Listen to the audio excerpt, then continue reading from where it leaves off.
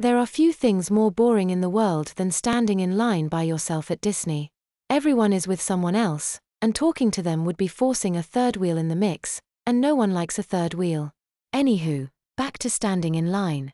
I had been standing in line for the haunted house for about 15 minutes, now swearing that if I rounded another corner filled with people standing around like zombies, I was going to leave and try again when the park got less crowded. Shuffling into a circular room, I heard someone counting us off and guessed that I was only one short hop from getting on the ride. "Welcome to the magical land of Disney, everyone," shouted the attendant, an amazingly bubbly girl who seemed ripped right out of a training video. She proceeded to list the safety instructions for this ride.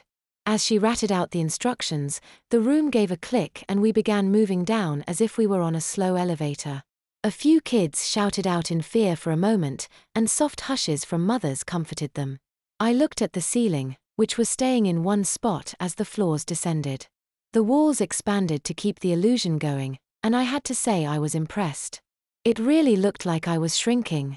And then people's heads came into my field of view, then their necks, and then upper body. Confused, I looked down around me.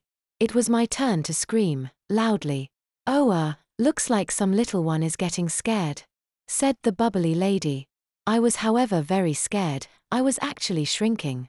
My head was at the waist of most of the adults in the room. A mother turned to me and smiled warmly as I began to hyperventilate.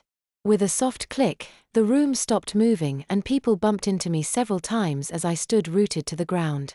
Apparently no had noticed the formerly 6 foot handsome man had shrunken to a mere 3-foot toddler. A few moments after everyone shuffled out of the room, the bubbly attendant girl noticed me. "Hey there, little guy, aren't you going to go with your mommy to go on the haunted house?" she asked, again with more enthusiasm than I thought possible for such a boring job. "What, was all I could manage to reply.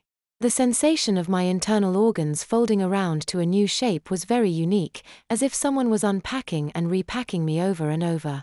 I felt a warm trickle go down my leg and looked down to see a puddle pooling around my shoes.